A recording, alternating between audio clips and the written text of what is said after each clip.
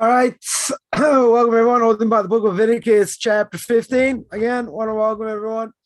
Holding by the book of Leviticus Chapter 15. We are in verse 29. Spoke last week about becoming pure, right? And what it takes to become pure. Right, if a woman, stops seeing her period, etc., right, etc. So, the Torah tells me, verse 29 again, Book of Leviticus chapter 15, verse 29. Torah tells me, B'yom HaShmini, Tikach lo shtei sorim o shnei b'nei yoina v'vi oisam el kohen el pesach o moed. So, Torah tells me, on the 8th day, she's going to take for herself 2 turtle doves, 2 young doves. She'll bring them to the Kohen, to the entrance of the tent of meeting. So what is she going to do? Right, once she ceases her flow, as we said in verse 28, she can be purified and she has to bring a sacrifice. Right, she has to bring a sacrifice over here. Now, interesting enough, the person will say, come on, this is a natural thing. Right? If it's a natural thing, which we've spoken about a number of times, so what's the need of a sacrifice? Right? So, but the Torah obligates her to do such a thing. We know when a woman gives birth, right, because of the pain of going through childbirth, so a woman makes a vow, because of all the pain she's in, she makes a vow, basically saying, I'm never going to be with my husband. Right? I never want to be with my husband again, intimately. So what happens? She has to bring a sacrifice, right? She has to bring a sin offering, right? Or actually a sacrifice someone gives birth, right? I think a chata she has to bring. The question is why? Why in the world she has to bring such a sacrifice? So there we understand. There she seems to make a vow. And when she makes the vow, she's saying, I don't want to have anything to do with my husband, right? Yeah, I don't want to have anything to do with my husband over here, because of all the pain, but she makes a vow. We don't go around making vows, right? We don't go around forbidding things to ourselves, even though technically someone becomes a Nazirite, which you can't do today anyway. But if someone took on the Nazirite vow, not going to drink wine, eat grapes, I'm sure a big problem for most people, can't go into a cemetery, right? Come in contact with a dead body, right? But the Talmud says clear, it's better never to make a vow than to make a vow and keep the vow. Right? What's the reason? Who says I'm going to keep the vow? Right? When the world says I'm going to say I'm going to do what I set out to do. Right? So it's better not to make the vow. Better never to make the vow. Now, can someone forbid something on themselves? As in a Nazirite vow? They can't. But the Talmud says clear as well. Person makes the vow, they forbid certain things upon themselves. Right? What's the status? So those things become forbidden, okay. But the person is called the choite. Person is called the sinner. Why is it called the sinner? Because generally we don't make vows. We don't forbid things that are permissible. Right? So therefore, the rabbis tell us not a good thing to do. You did it. Okay. There are certain laws that now apply. Right? There are certain things that are going to apply. Fine. Even though there are certain things that are going to apply, doesn't mean it's a good thing I did it. But there are repercussions by the Nazirite vow, clear. Right? There are repercussions. What you can do, what you can't do. Different things. Now, why do we mention all that? Because what does the Torah tell me? Torah tells me she ceases her flow. She's going to count 7 days. She can be purified. In our verse 29, the 8th day, she's going to take for herself 2 turtle doves, The young doves, she's going to bring them to the Kohen. All right, so what do we have over here? She has to bring a sacrifice. Now, simply, we could say, why'd you bring a sacrifice? It's a natural thing, right? She's coming out of impurity to purity. Okay. Now, if that's the case, now this is only where,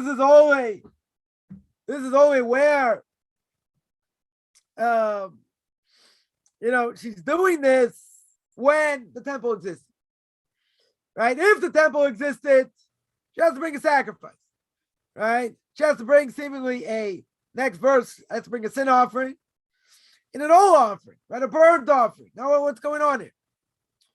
Right? What exactly is the sin? Doesn't seem like there'd be a sin over here. By a sacrifice, she's going to have to give after she gave birth. That I understand.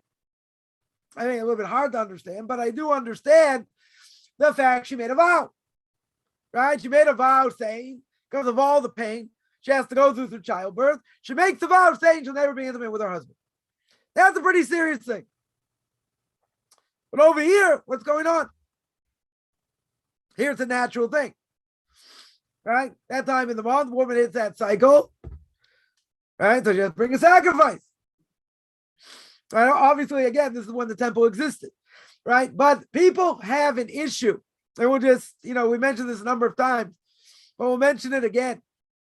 And that is, people will say, doctors will say it, other people will say it, and they say, come on, it's a natural thing.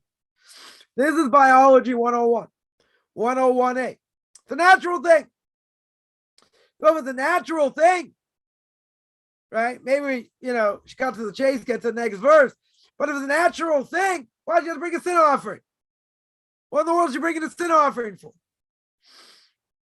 Right? Why did you bring an offering in general? Right? So you tell me, well, it's what the Torah tells me. Okay. Right? It's a divine command. But we have to try and understand, what's behind the divine command. So we mentioned last week that there's an issue. There's an issue why a woman goes through this. Right? We mentioned from the Medrash that because she spilled blood, her blood is now going to be spilled. Right? Every month. Right? What story? What do you mean she spilled blood? Well, she ate from the tree. Right? Eve ate from the tree. So if Eve ate from the tree, she gave to Adam. She gave to Adam, what's going on? Punishment. She brought that to the world. Because she brought that to the world, so she's got an obligation to light candles for Shabbos, candles for the holidays. Why is the mitzvah upon her? Because she extinguished the flame of the world. What's that? The soul. Everybody has to die. Everyone has to go through the death process. Jews, non-Jews. So God went to plan B. That never should have been. Never, ever should have been. Well, guess what? God went to plan B. And therefore, because she spilled blood, the repercussions. What are the repercussions? What are some of the repercussions? One is difficulty in childbirth. Second thing is difficulty in raising kids. Right? And she can fix that up as well by lighting Shabbos candles. Right? Candles, near mitzvah, v'torah or. Right? Near mitzvah, candles compared to a mitzvah, Torah is compared to light. Right? The soul is compared to light. So women cause death. They cause this darkness in the world. But at the same time, they light candles, before Shabbos, before a festival, that brings light into the world. But they cause death over here. Right? They cause the spilling of blood. Essential. So therefore, it's payback. It's payback for all generations. Right? It's not just like, well, it only happened for this generation. It only happened, for a certain amount of time. Not true. Right? This is for all this is for all time. This is what's going to happen.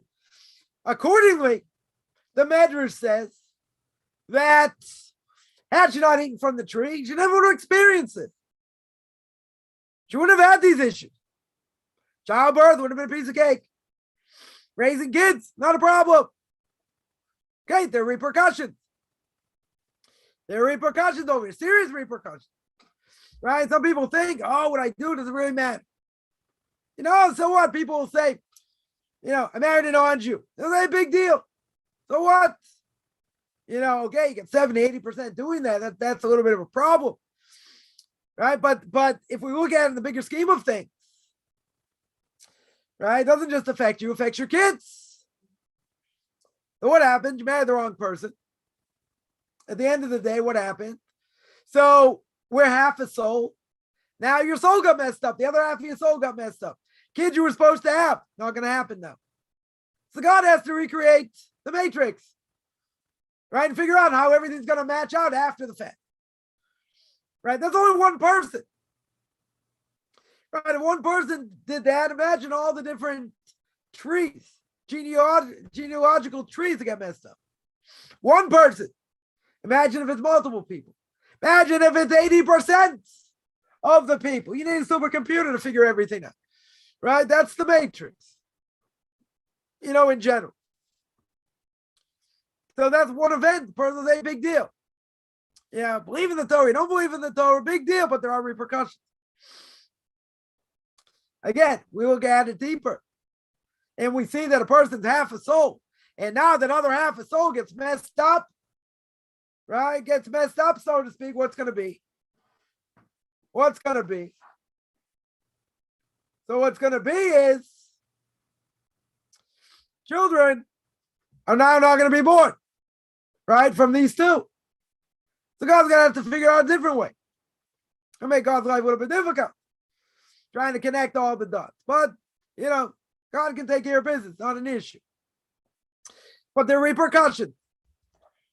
Right? There are repercussions. So she goes through this, quote unquote, a natural process. And even though it's a natural process, she's going to bring a sacrifice. She wants purity, she has to bring a sacrifice in the time when the temple existed. That's verse 29. Verse 30. Verse 30 says the Torah. Torah tells me, V'yasa Kohen es echad, chatas es echad, oila, kiper alecha Kohen lifnei Hashem mizov tumas. Now here what's it talking about? So forget what I said before. Here it's talking about a zav.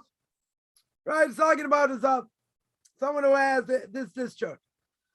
Right? The Kohen shall make one a sin offering, one an oil offering, one a burnt offering, and it shall be atonement for her before Hashem from her impure flow. Right? So we're not talking about a regular period over here. We're talking about a state of impurity. Right? A different state of impurity. Right? We saw there's a difference when a woman gets a period and when she has this impure flow. Right? It's a flow in between two different periods, 11 days, and she sees 3 consecutive days. She's considered a zava or a ziva, however you want to pronounce it, but she needs atonement. She needs atonement over here. So you're going to say, but it's not her fault. Well, that's not true. Right? That's totally not true over here, because this is something that could have been prevented. This is something that could have been prevented. So she's in a state of impurity. So being in a state of impurity, she needs atonement. Right? That's what the Torah tells me. Right? She needs atonement. That's verse 30. Comes along the Torah further, verse 31, and it says, V'izartem es b'nei Yisrael mitumasam, v'yamusu b'tumasam, v'tamam es mishkani asher b'soich. So now the Torah tells me, it says, V'izartem es b'nei Yisrael. It means you shall separate the children of Israel from their impurity. They shall not die as a result of their impurity if they make impure my tabernacle that is among them. Right? Bad enough you become impure, but you don't want to make the tabernacle, the Mishkan, also impure. Now it's interesting. The Torah uses an interesting language here. The Torah says the beginning of verse 31, it says, Vizartem es b'nei Yisrael. Now, normally the word Vizartem can mean a warning, right? It can be a warning. Here it means a separation, right? There's a letter missing from the root. Rashi says that the term Nazira, the root is Nun Zayin Resh, right? The root of Vizartem means, right? It doesn't really mean anything over here, but it means to set apart. That's what it means. It means to separate, right? That's how we translate it over here. It means to separate. It says similarly in the phrase in Isaiah chapter 1, verse 4, uses the word nazoru, which means they separated themselves to the back, to the rear. Right, as Rashi there explains. And similarly, Nazir in the phrase, Genesis chapter 49, verse 26, it says the one separated from his brothers. Right, talking about Joseph and the brothers. It says one separated from the brothers. Use the same language. Right, so really over here, it means to separate. Right, that's what he's telling you. And Jewish people should be separated from their impurity. And now, the Torah tells me that they should not die. They should not die from this impurity. Right? So what does that mean? What does it mean they shouldn't die from this impurity? It means that really, what are they liable for? They're liable for being spiritually cut off, which means that the sinner dies childless, suffers premature death. Could be his children also die young. Could also be. Now, what are we talking about? We're talking about somebody who makes the sanctuary impure. In other words, he came into the tabernacle impure, in a state of impurity. Because someone comes to the grounds of the Beis Hamikdash, someone comes to the grounds of the temple or the tabernacle while impure, is called death. Right? Very interesting. It's called death over here. So if a person goes into the tabernacle in the state of impurity, right, they're liable for being spiritually cut off. Now, the Torah says over here, Torah says that they should not die. Now, Torah doesn't tell me what type of death. Torah doesn't make clear. There's no specification. Maybe it's talking about death at the hands of heaven, right? What we call Misa B'dei Shamayim, heavenly death, meaning that they're not liable really in this world, but they're liable by the heavenly court, right? So the sinner himself, in such a case, could die prematurely, but it has nothing to do with this kid. Right? In other words, the sinner themselves could die, but nothing happens to their kids. Now, if you look at Numbers chapter 19, verse 20, we'll get there. One day, over there it says, punishment for entering the grounds of the Beis Hamikdash while impure. What's the punishment? And that is to be spiritually cut off. Right? Not only do you die prematurely, but so does his offspring. His offspring also die young.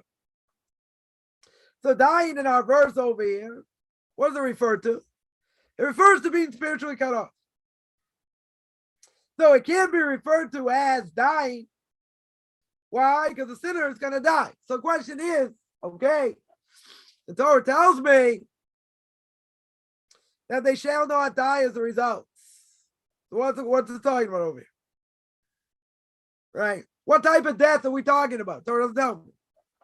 Right? Now, we definitely need oral law. Right? If I don't have oral law, maybe I think it's penalty by death penalty by the Sanhedrin, right? Corporal punishment, right? Maybe he's going to get stoned to death or have their head cut off or choked to death, whatever the corporal punishment is. Doesn't tell me. Torah doesn't tell me. Torah just says you should not die as a result of the impurity, right? But we know there is a death penalty. We know from Numbers chapter 19, verse 20, right? They're the same thing over here. right? What's the punishment? Punishment is being spiritually cut off, right? Meaning you die, your children could die in the process also young. Right? Sometimes it might be he may die, but he may die prematurely, but his offspring don't. So the question is, exactly what we're talking about over here. But the point is that it's talking about being spiritually cut off. It's talking about where the person's going to die, and they're going to get spiritually cut off, right? So explains Rashi over here.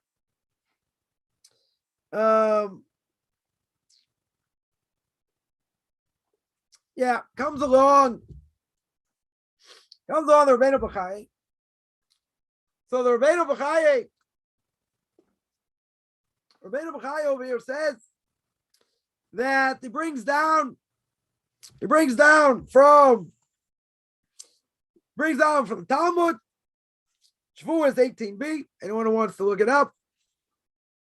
And he says that the Jewish people have to be separate from their impurity, right? So they don't die, right? Just separate the children of Israel from their impurity. Now, the obvious question is, so what does that mean? Forget about dying or not, different issue, right? That's another issue. But the question is, what does it mean that the Jewish people should separate from their impurity? What would I say? Don't become impure. I can say simply, separate from who? Separate from the Jewish people. Does it mean men separating from women? During a certain time of the month? No one doesn't tell me. It just says separate the Jewish people from impurity. Comes on the Gemara. The Gemara explains what this means. The Gemara says it's a warning that if a Jew is married to if a Jew is married to a Jew, then they have to separate, right? They're not allowed to be together when a woman is supposed to get a period.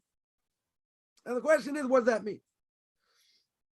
Does that mean, if a woman sees, a similar day every month, right? Let's say in the middle of the day, the end of the day, beginning of the day, that would seem to mean that they have to separate. They have to separate before that day. They have to separate the night before, meaning they can't be together. They can't be together. They shouldn't touch, etc. Now, the question is, okay, if that's true, when does that take place? Right? The Rabbeinu Bachai asked the question, or really the Gemara is asking the question, is it during the day or night? That there has to be this separation. So the Rabbeinu Bachai continues, and he brings another Gemara. He brings the Gemara Nida 63b. Anyone who wants to look it up. It says over there, okay, when does he have to separate from her? When does he know how to be with her? So it says the Gemara over there, if she normally sees blood, let's say during the half a day, right? Let's say in the morning or early afternoon, or after the 10th or 11th hour, which is again probably mid afternoon or late morning, then he's got to separate that entire day. Right? At night, he doesn't have to separate, he has to separate during the day. Can't be with her, can't touch her, etc. So technically speaking, at night, she should be permissible. That would be okay. Right? That's one possible explanation. Another explanation is if she normally sees in the second hour of the day, then it's forbidden during that time to be with her, but seemingly all night would be okay. Right? The question's going to be, without going into every single case, The question is, when does she normally see? Does she see it at night? Then the whole night would be forbidden. Does she see it during the next day? During the next morning? And it depends when she sees it. If she sees it in the early morning, then seemingly the night should be okay. If she sees it really early in the morning, then it could be night is going to be forbidden. So that's the question. Without going into all these details, that would be the question: when exactly she sees and when she's going to be forbidden. Now, forbidden over here doesn't mean not just being intimate, right? Forbidden means you can't touch either. Can't pass things, to each other. We mentioned this before, right? The problem is, right, doing so, rabbis tell us is more like an intimate act, draws the person closer, right? So therefore, you don't even do that, right? Touching, I can understand. Touching makes perfect sense. But forget about touching. What about just passing something back and forth? So that they didn't allow him. Why? Because he might touch her, right? It would be forbidden. So not only are you not allowed to touch, you're not allowed to pass anything because of what you might do. Now, what happens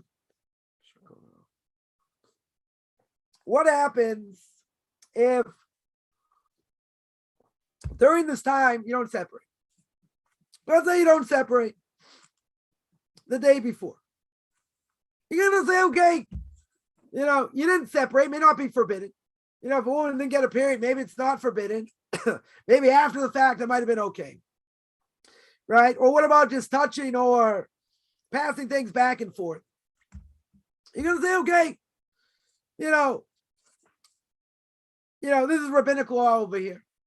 Even though it's a mitzvah to listen to the rabbis, no question. It says in the Book of Deuteronomy, you got to listen to the Kohanim in every generation. But someone will say, big deal. Okay, so let's say you weren't intimate. You passed something back and forth that you shouldn't have done. You should have been more careful. What's the punishment? Right? What's the punishment over here? The Gemara tells me anyone doesn't separate from his wife, because when she's going to get her period, even if they have children, even if they have sons, like the sons of Aaron, even if they have righteous sons, like Aaron's sons, what's going to happen? They're going to die. Not so good. How do I know? Because the Torah tells me you got to separate. Children of Israel have to separate from their impurity. Right? And then what does it say? What does it say in the next chapter, beginning of the next chapter, chapter 16, which we're going to get to? Right? What does it say? After the death of the two sons of Aaron. Oh, so now what do I have? I have smuchim. I have verses that one thing has to do with what was said before. Just like it says over here. You have to separate from the impurity. The rabbis learn you're separating from the impurity, meaning that a husband has to separate from his wife the day before she's supposed to get a period. And if he doesn't, and he has sons, and he has righteous sons like Aaron, they're going to die. They're going to die. Why? Because at the beginning of the next chapter, the Torah tells me the two sons of Aaron died. Right? Nadav and Avihu, we're going to go through that. So therefore, since it's a juxtaposition of the verses, and we learn out juxtaposition of the verses that they have a connection. What's the connection? Just like those two sons died for many different reasons, we'll see. So too, your sons will die. Just like they died, your sons will die if you do this, because of the juxtaposition of the verses. So what is that to say? He says, even if you beforehand, let's say beforehand, you had incredible sons, like the sons of Aaron, they're going to die for the sake of the sin of the father. As our verse tells you. Right? Why? Because it's an obligation that the children of Israel are being warned, stay away from your wife, separate when they're supposed to get their period the day before, in order that you don't have relations with someone who's in nida. Now you say, maybe she's not really in nida yet. She hasn't seen blood yet, doesn't matter. If she's supposed to see the next day, you don't know, maybe she'll get it early, right? So therefore, if you don't separate, could be you transgress an absolute Torah prohibition of being a woman when you're not allowed to be with her. And what's the end result? Your kids die. Your kids die just like two sons of Aaron died in his lifetime. Now, there are a number of different reasons, potential reasons, why the sons of Aaron died. Now we're going to see. Now we spoke about before, but we're going to see in the next chapter. But what do I see over here? I see that this is a pretty severe thing. The Torah does not want any husband to be with his wife the day before she gets a period. Right? The Torah here tells me that you got to separate the children of Israel from their impurity. Come on, the rabbis, and tell me, separating from their impurity, you know what that means? You can't be with your spouse the day before she's supposed to get a period. That you're not allowed to do. That's going to be forbidden. Totally forbidden. Not only is it forbidden, but we learn at the beginning of the next chapter, even if you have righteous sons, they're going to die. You're going to die. You're going to get spiritually cut off. You won't have a portion of the world to come. And your sons are going to die off. Now, what's the measure for measure? Right? That's someone's going to ask. What's the measure for measure? I can understand the father. He's got an issue here. He's got an issue being with his wife when he's not allowed to be.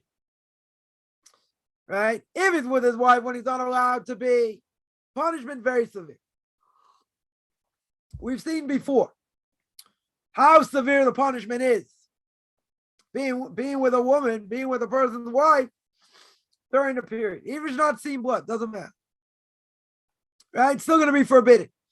Over here, you don't separate from your spouse the day before she's supposed to get a period. Right? The punishment I understand. Punishment I understand that the husband's going to get. What does that do with his kids? Right? So we see that it could be that certain sins that the father does, the kids suffer. They absolutely suffer. It's not the kid's fault. It's not the kid's fault. It's a blemish, though. Seemingly, there's a blemish, even though it's not the kid's fault. The kids, and normally we would say, they're not going in the ways of the father. They're not going in the negative ways. That's where the curse doesn't apply. Curse won't apply if they're not going in the same direction. Fine. But even if they're not going in the same direction, the same negative direction that the father's going, they still pay a price. And there are things that the father can do that they would pay a price. You say, that's not fair. What did the kids do to deserve it? You may say nothing. They didn't do anything to deserve it over here. They didn't do anything. Right? But there are repercussions. There are repercussions for the kids based on what the parents do. If it's a negative thing, in general, bad character traits, and the kids go in that direction, they pay the price also. They for sure pay the price because they're going in the bad ways of the parents. If they're not necessarily going in the bad ways of the parents, then you'd ask me, okay, so what's the problem? They didn't do anything wrong over here, but you know what? Sometimes there are repercussions. The repercussions, what the parents do can affect the kids. I'll give an example, very easy example. Right? You have somebody who's part of a forbidden relationship. Doesn't necessarily mean adulterous, but two people not allowed to be together. So what happens? They have a child. What's the status of a child? Child's a mamzer, bastard child, as we would call it. Doesn't necessarily mean out of wedlock. Right? It could be. It's just two people not allowed to be together. So what's the status of that child? That child is only allowed to marry someone of the same union or convert. Now you're going to say, if a convert's a full-fledged Jew, what's the problem? Why are they allowed to marry a convert? Because this person, this soul is blemished. This soul that's put in this body is blemished. It's a union it never should have been. But God doesn't stop it. Woman got pregnant, has this child, not the child's fault. Child's not punishable. right? Child's underage. The child cannot be punishable. Child's only punishable at the age of 12 or 13 or at the age of 20, but not before. So something else going on. So what's the other thing going on? Right? There's a spiritual reality. So it's not the child's fault. But even so, at the end of the day, the child pays the price. Child pays the price. Oh, so now someone's going to say, so what are we, second-class citizens? Converts, second-class citizens? Why is it a mamzer can only marry someone of the same union or a convert? Because the soul's also blemished. They're just born a non-Jew. You tell me once they convert, it's like everything, all the sins they did before get erased. True. It's true. Nonetheless, it's still allowed to say the blessing, Shalom Sani Goy, that God made me a non-Jew. How can you say that? Because now they're different. Their soul is different. Their soul makeup is different. But the reality is they have to go through conversion. Because they have to go through conversion, even though someone else will say, come on, weren't our souls at Mount Sinai? True. Right? But they got messed up. They got messed up, so now they have to go through conversion. Some people have Jewish blood, they can't prove it, whatever. Right? Some people totally non-Jewish, fine, they have to go through the process. Right? But at the end of the day, the soul is blemished, and there's a certain reality. Right? If there's a higher awareness of holiness, let's say by a Kohen can only marry, certain people. So if a woman's been with someone else, Jew or non-Jew, can't be with her. Forbidden to be with her. Right? Because there's a certain status. We don't discriminate over here between a Jew or a non-Jew. Kohen can't be with either. Right? Because there's a blemish over here. Kohen has a higher status than anyone else. They were leaders of the Jewish people. They don't go around making themselves impure whenever they want. They have to go through, higher levels of purity. They have to be a lot more careful. So they have to protect their genealogy. Right? A woman who's been with someone else, her genealogy is shot in different ways. She can marry a regular Jew, right, in general, but she can't marry someone of an elevated status. What makes them an elevated status? Because God said so. God chose the Kohanim amongst the Jewish people. They're the ones that are going to serve. They're going to work hard in the temple. They're going to be the teachers of the generation, blah, blah, blah. They have a higher status. If they have a higher status, can't marry just anyone. Not allowed. Because they have a higher spiritual status. If they have a higher spiritual status, right? So Jew or non-Jew, they're in trouble. Right? Someone told a friend of mine once, many years ago, he was a Kohen, and he married a divorce.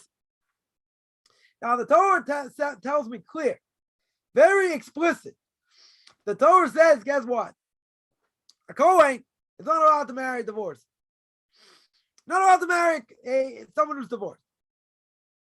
So what did this idiot say? This idiot comes along and says, okay, so my kids will not be Kohanim. They won't be able to serve in the temple. They'll be called what we call a halal. A halal is a blemish Kohen. He's a blemish Kohen. It's a union of a Kohen with someone else he's not allowed to be with. So this idiot says, this friend of mine, has to be a Kohen as well. And he says, so what's the big deal? So my kids won't be Kohanim. They'll be blemish Kohanim. So my friend said, no, that's not the worst thing. You know what the worst thing is? He said the worst thing is that every time you're intimate with your wife, you're over Torah prohibition. That's the worst thing. Oh my God, my kids won't be Kohanim. Big whoop, as we would say, in Boston. Who cares? Right? That's the worst thing? No, that's not the worst. Your kid's a blemish. Of course your kid's a blemish. That's olive base. That's pretty simple. Right? We're not arguing that. That's, okay, that's the result. That's not the worst result. The worst result is that when they are together, every single time they're intimate, a Torah prohibition. Pure Torah prohibition. Right? So there's an elevated status. Today it doesn't really mean so much, except that a Kohen gets called to Torah first. Right? When the Torah is being read Monday, Thursday, Shabbos, he gets called first. He's not allowed to make himself more impure, i.e. somebody dies, he's got an obligation to mourn for. You can't come in contact with dead body. You can't go to a cemetery in general. Right? It's got an elevated status. Right? Everybody else, they make themselves impure. Okay. Right? We're all in the status of impurity. We go to the mikvah 100 times, doesn't take us sort of out of that status. Right? For Kohen, it's different though. Kohen has different obligations. Totally different obligations than everybody else. So therefore, you can only marry certain people. Right? But if you marry someone he's not allowed to be with, then it's not just his kids are blemished over here. Every time he's intimate, they're blemished. Right? Someone asks, how does this work? When you're pregnant, you don't have to separate. There is no, no one doesn't get a period when she's pregnant. Right? A woman normally skips. She never should get a period. There are people that, even though they get pregnant, they have, a lighter period or whatever. Not necessarily a cause for concern. It can happen. It doesn't mean that it's a miscarriage. Could mean that, but normally it doesn't. Doesn't have to. There are people that get lighter periods when they're pregnant. So even when they're pregnant, they have to separate. In that case, they would have to separate. Right? But in general, pregnant woman doesn't get a period. So if she doesn't get a period, she wouldn't have to separate. Right? Because she's not seeing any blood. Right? If she would see blood, she would have to separate. Right? It could be a dangerous situation also. It depends. It depends because most, if a woman gets a heavy period while she's pregnant, very likely it's probably a miscarriage. I'm not saying 100%, but it could be. Very likely it is. Because most women don't get their period when they're pregnant. So here, if she's pregnant, she doesn't see blood, there's no separation. Right? For 9 months. There'll be no separation. You wouldn't have to separate. Right? No reason to separate. If she would see blood during that time, different issue.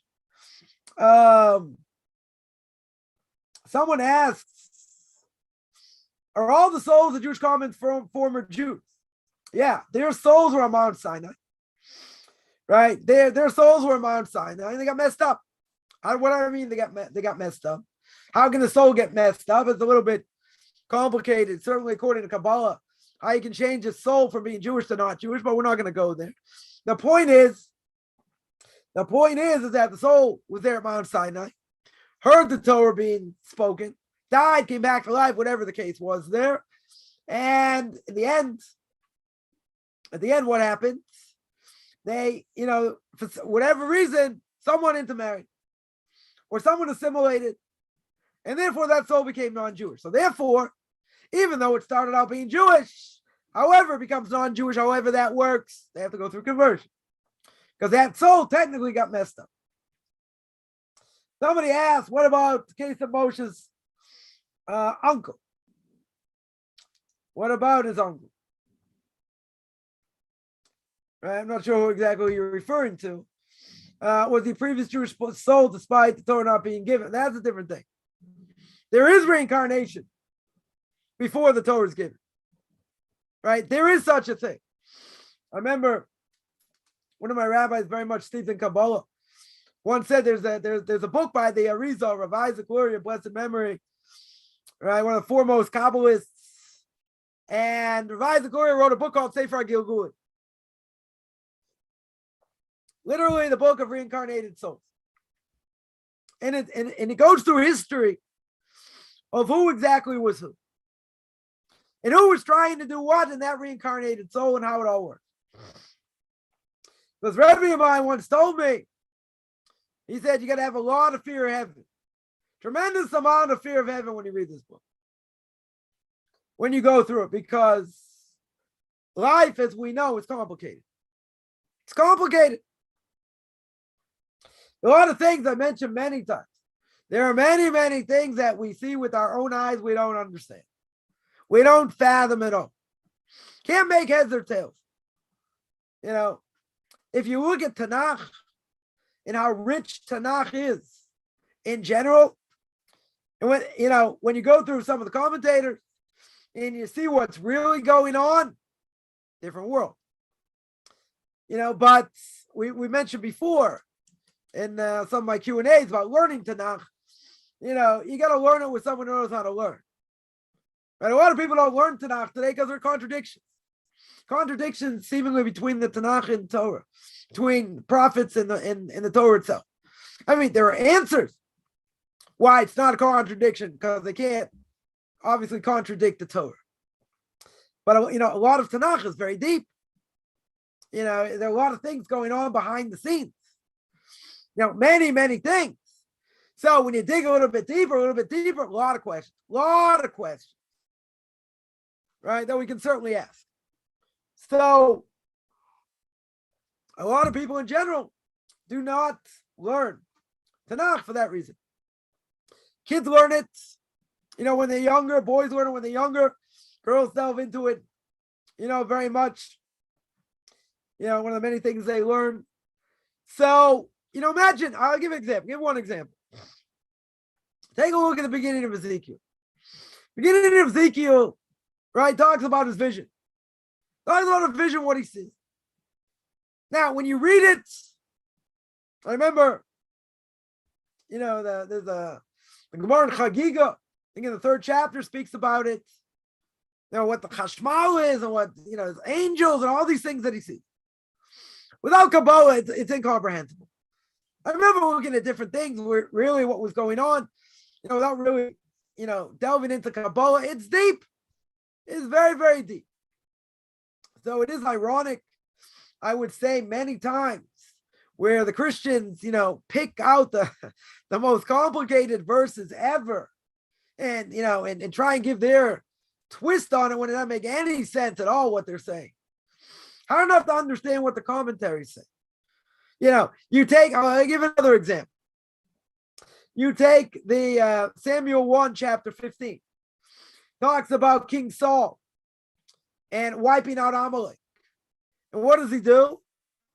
He wipes out Amalek, keeps some of the women around, keeps the king around, right? And he keeps the best of the flocks so he could sacrifice them. So until Shmuel Hanavi, till Samuel the prophet comes to him, and says, what's going on over here? And he felt he did the right thing. He said, okay, left the king around, had mercy on the king, but all the animals, the best of the flocks, going to sacrifice to God. But what was the command? What was the command that he was given? The command that Samuel prophet gave in the name of God to King Saul was wipe out all of Amalek. Men, women, children, animals, everything, wipe them out. And because of what he did, so he left the king alive. King shacked up with somebody, had offspring. Amalek continued. Who's an offspring of that union? Haman. Haman's an offshoot of that union. So now you have to ask the question, which we're not really going to answer, but you have to ask the question, what's King Saul thinking? Until Samuel the prophet came, give him Musar, start yelling and screaming, what in the world did you do over here? You don't understand he did anything wrong. King Saul was no dummy. You could ask the question, why is he running after David HaMelech? Why does he want to kill him? And all that, right? Very hard to understand. Very, very hard to understand at face value. If we understand the characters here, we understand what's going on, who the people are, how great, not to call them characters, how great they are. Right? Can't imagine who these people are.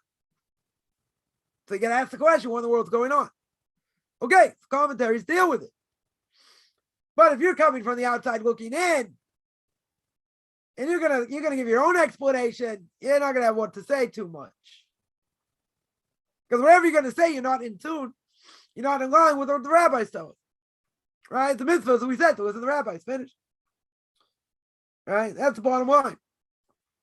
So there are a lot of things in Tanakh, a lot of sense doesn't make. At face value. Doesn't mean we don't have to try and understand it. Right? But the Christians are very good taking things out of context. Totally taking them out of context. That's what they do. If we're going to say easy verses, quote unquote, they take out of context, what about more difficult ones? They do the same thing. Or they just not only misinterpret They mistranslate. So we have an obligation to try and learn it to the best of our ability, right? That is, in order for someone to become, to be considered a rabbinic scholar, you have to know all 24 books. You have to know the 5 books of Moses, right? Book of Genesis, Exodus, Leviticus, Numbers, Deuteronomy, right? And all the prophets, kings, and whatever. You have to know all that. And to know it well, right? And if you know it well, you can be considered a rabbinic scholar. But if you don't know it so well, right, that's what the Gemara says. You want a rabbinic scholar, you got to know these things cool. You absolutely have to know these things cool. So how many people really know Tanakh so well? That's a good question. Not saying there aren't. Right? I don't think that, most people who learn, they learn at a high level. They're not focusing on Tanakh. They should, to a certain extent. They have to learn it also. Right? So I just started a few months ago the book of Isaiah. Right? Working my way through now, through Isaiah, different times that I learn it. It's very deep. I don't get very far. Right? Usually Saturday night for like an hour, preparing other things. I go through at least probably an hour, 45 minutes. Tanakh, I think last night I went through 2 verses, maybe 3. Went through, a bunch of the commentaries, very deep stuff. Very deep stuff going on. Someone asked was what King Saul did similar to what Adam did. He relied on his own human logic. There are other things going on besides that. Right? We want to pick Saul's brain over here. He went against the divine command. The only reason the Jews had a Jewish king in general is because they wanted to be like the other nations. God says, fine, I'll let you have a king. Again, King Saul's no slouch. No slouch. At the same time, hard to understand a lot of things. Very hard to understand. Could it be used his own logic? Could be. Right? But it's if we want to look at it on our terms, if someone tells us to do something, person of authority, and we do it, but we don't do it exactly the way they want it. Now, let's say you get a job, you got to do specific things. Right? Whatever it is, there's a certain protocol.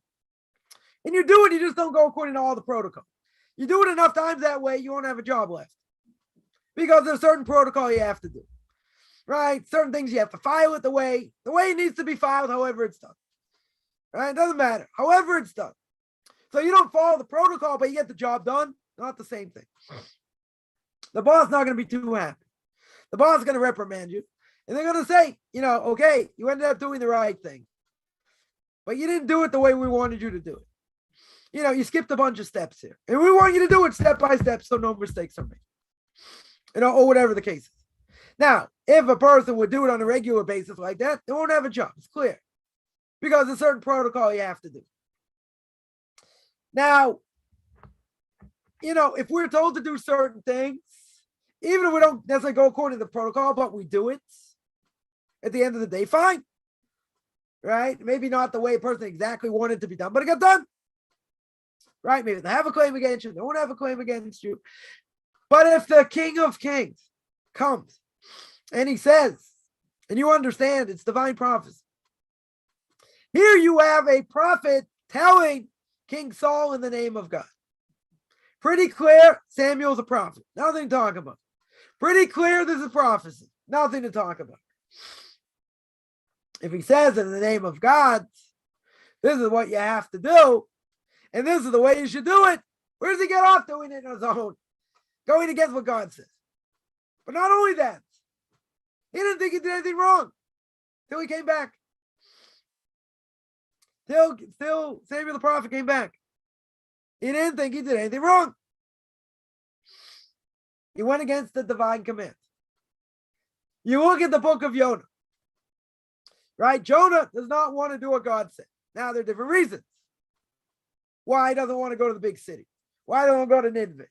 Makes perfect sense, because if Nineveh, the non-Jews, they do what God says and the Jews don't, they're going to make us look bad. They're going to make the Jewish people look bad. He doesn't want that to happen. He doesn't want the Jewish people to look bad. But God comes to him a second time and says, I told you this is what I want you to do. But he admits everything's his fault. He tells the captain, throw him overboard. And then the boat won't get destroyed. He knows where the buck stops. Stops by him. He admitted that. Right? Straight away, he admits that. King Saul, you don't see that. Only after the fact, and Samuel the prophet comes back and rebukes him, does he understand. But again, it's very hard to understand. Even if you want to tell me, he thought he was doing it for his best interest, blah, blah, blah. He went against the divine commands. So did Adam, also went against the divine command. And he thought he knew better. True? Right? Is it a similar thing? Could be. Both are hard to understand. How can they think they know better than God? And Adam, God calls him a heretic. The Talmud says, calls him a heretic. Adam had a good claim. If I do the right thing and I have evil inside of me, exponentially I'm going to go up. Unbelievable. If I do the right thing, right? I'm going to elevate my body and my soul. If I do the wrong thing, Adam says, I debase the body, I debase the soul. True. That's all true. God says, I agree. There's only one problem. There's only one problem, God said. I didn't want you to do that. I didn't create the world for that. Okay, now I have to go to plan B. Now, doesn't God understand? Doesn't God understand what man's going to do in the end? Yeah, he does. And he allows them to do it. He gives them free choice, but there are going to be repercussions. There'll be future repercussions. No question. But a person may say, if God would come to me with X command, whatever it is, he would come to me with X command. And he would say, I want you to do this, that, and the other thing. Right? You come out of this trance. You say, yeah, I know it was God. It was clear it was God. I'm going to do it a little bit different. I'm going to do it even better. I'm going to do it even better. What are you saying? You're saying, I know better than God. That's what you're saying. That's essentially what you're saying. Now, it could happen. It could happen. God told me to do it like this. I'm going to do it even better. Why don't you just do what he said? Forget about ego. Forget about anything else. Just do what he said. Why are you overthinking things? Why are you reinventing the wheel? Simple. Evil inclination comes in. Other things. And you think you know better and this is going to be better. Right? God did not say Adam wasn't right. He just said, I didn't want you to do that. And he said, you may be right, but that's not how I envision the world. That's not what I wanted the world to be used for in that way. But okay, what can I do? You did it. You did it. I have to go to plan B. Right? Now, see, this happens to all of us. Why? God puts us on a certain path. Gives us a certain evil inclination. Doesn't want us to act on that evil inclination, but the repercussions. But, we marry the wrong person, serious repercussions. Right? All future generations. You intermarry, 10 times worse. Right? That's the matrix. But look what God has to do over here. Look how he has to manufacture things and put things together in order for other things to happen. And that's only by one intermarriage. Right? I'm not talking about 80%. 80%, you need 20,000 supercomputers to figure out all the different repercussions over here. Right? That's why I call it the matrix. Because God has to connect all the dots and all the mistakes and all the things and work it all out. Even by one, it's going to be difficult. So, if we understand a little bit deeper, right, and we see, look at the repercussions for what I do. Oh, that's a different issue. When we look at it in that sense, It's a whole different ball game. But a lot of people would say, nah, I don't look at, I do what I do. That doesn't, everything else doesn't matter because you don't see it. You don't fathom it. You think it's all make-believe. Yeah, but they're very deep things here. Very, very deep things. Yeah, I'll give one example. Take the story of Noah. Right? Noah, his family gets saved. Everyone else gets destroyed. Right? All the animals he brings in, etc., get saved. Very good. Comes out of the ark. Right? God says what? God says, I want you to be fruitful, multiply. He built an altar, sacrifices, different things, different animals, whatever. Good. What's the first thing he does after that?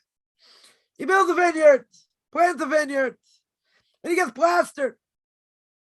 Right? And then different things happen to him. He curses his youngest son. What's going on? Right? There's different ways to look at it. One possible way is he saw the whole world destroyed, and he wanted to forget his misery. The whole world got destroyed. Right? They wanted to forget his misery of what happened and all the destruction. Something else going on. Right? He made a vineyard. He planted a vineyard. Why grapes? Why specifically grapes? Right? So it's brought down that one opinion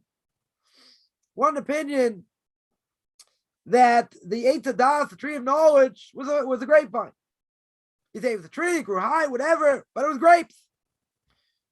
So what did Noah do? He says, you know what? I'm going to fix up the sin of Adam and Eve. I'm going to make grapes. I'm going to drink wine. I'm going to fix up the sin. What did he do? He got plastered. Didn't do it. So, we're trying to get the world back to where, the world was before Adam and Eve ate from the tree. Now, there's only one time in history that ever happened. Afterwards. When was that? It was by Mount Sinai. It was by Mount Sinai. Right? The Jewish people of Mount Sinai saw God face to face, whatever that means. They died, came back to life, whatever that means. At that point, the Messiah could have come. The Messiah could have come. Now, if the Messiah could have come, well, guess what? Why didn't the Messiah come? Why didn't they go into the promised land straight away? They didn't go into the promised land because what happened? Sin of the golden calf. The evil inclination, Mr. S, however you want to call him, the angel of death, put up a vision of Moshe Rabbeinu, dead, in a coffin. So they said, oh, Moshe must have died. Right, the whole thing with the golden calf, the whole story there. That's when they sin with the golden calf, even if it was done by the mixed multitudes, doesn't matter. The world went back to where it was before. In other words, the Messiah could have come right then. Would have been perfect for the Messiah to come because the world was where it should have been. But now, not the case. So every mitzvah we do brings the world closer to the Messiah coming. You're going to say, we're the marshmallow generation, we're very weak, all this, true. In greater generations couldn't bring the Messiah. How can we do it? Because they did all the hard work. By us, we don't have to work that hard trying to bring the Messiah. And the Messiah is going to come one way or another, whether we deserve it or not. Because God says, the world's going to be 6,000 years. Every day, 1,000 years, 6,000 years. World gets destroyed. 1,000 years we'll be floating around, whatever we'll be doing. And then the world comes back. It's going to be different, the same whole discussion, without getting into all that. So now, the Messiah is going to come one way or another. So the Messiah is going to come one way or another. We had a golden opportunity. By Mount Sinai, we had a golden opportunity. Didn't happen. Oh, why didn't it happen? Why in the world didn't it happen? Because it's into the golden calf. Exactly why it didn't happen. The world went back to where it was. So by us trying to keep Torah mitzvahs, we're trying to bring the world back to where it was before Adam and Eve. Now you say you look at the world, a long way to go. Very well could be. But every good thing we do, every mitzvah that we keep brings it closer. Definitely brings it close. So, doesn't matter, greater previous generations, this, that. We have an obligation to fix the world. How are we going to fix the world? Torah and mitzvah. That's how we're going to fix it. So here someone brings out the quote in Samuel 1, chapter 13. He said to Saul, you've done foolishly. Right? Samuel said to him, not observe my commandments, right? Was Saul direct descendant of Perez? I don't know. I'm not sure if he was or not. Let me see.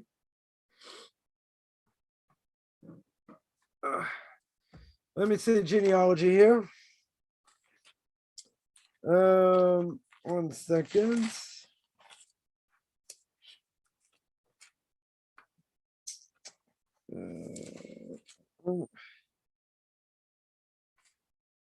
One second.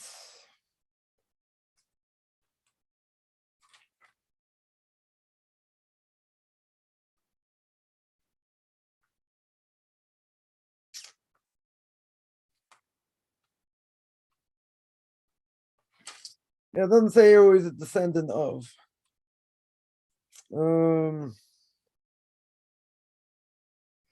Yeah, that I'm not sure. So, how can the prophet Samuel say that it's kingdom forever?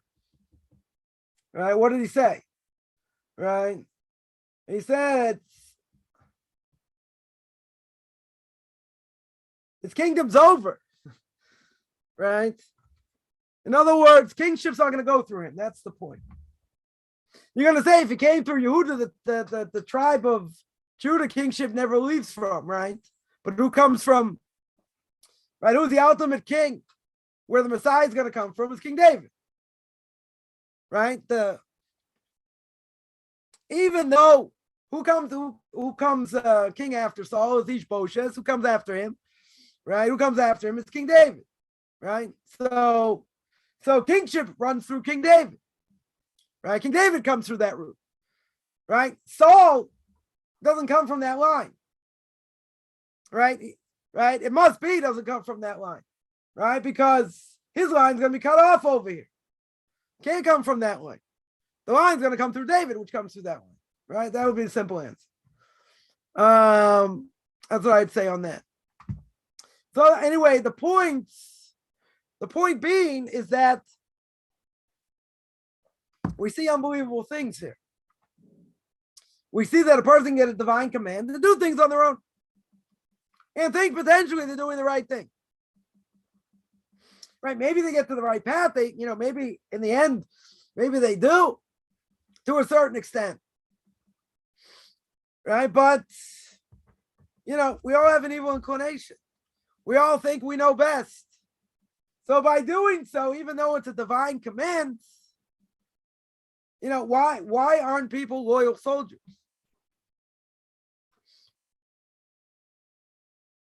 Right? Why do people think, in general, they know better? We can't imagine who King Saul was. We can't imagine who Adam was. Adam, the greatest of all creation. More like an angel than a human. Greatest of God's creation.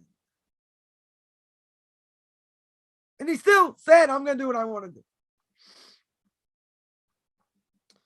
I'm going to make it better. How are you going to add on to God over here? How are you going to make what God said or done any better? The fact that God gives us the ability to pray. And we're going to say, what can I add? What am I going to add to say how great God is? Saturn, those beautiful rings, God's like, thank you very much. Snow, rain, all these great things. Oh, thank you very much. What are you talking about? What am I adding? Right? What am I adding over here? God needs me to pray. He doesn't need me to pray. He doesn't need me to pray. So why do we pray? What's my obligation to pray? Because God gives me an opportunity to tap into him, to do what he wants us, to have a connection to him, to restore through his mitzvahs. He needs me to tell him how great he is. Sounds like a sycophant. Nice, good SAT word, right? He's buttering him up. We're buttering God up. God needs that. What do you need it for? If God is everything, God is omniscient, he's omnipotent. He's got the whole world in his hand, no pun intended. Right? He's got the whole world in his hand. What does he need me to pray for? He doesn't. But he gives me an opportunity. He gives me a golden opportunity. He gives me a golden opportunity to draw close. That's what he does. That's essentially what he does. Since God has no needs, God is not lacking anything. He doesn't need me. He doesn't need my prayers. It's irrelevant. Seemingly if I pray.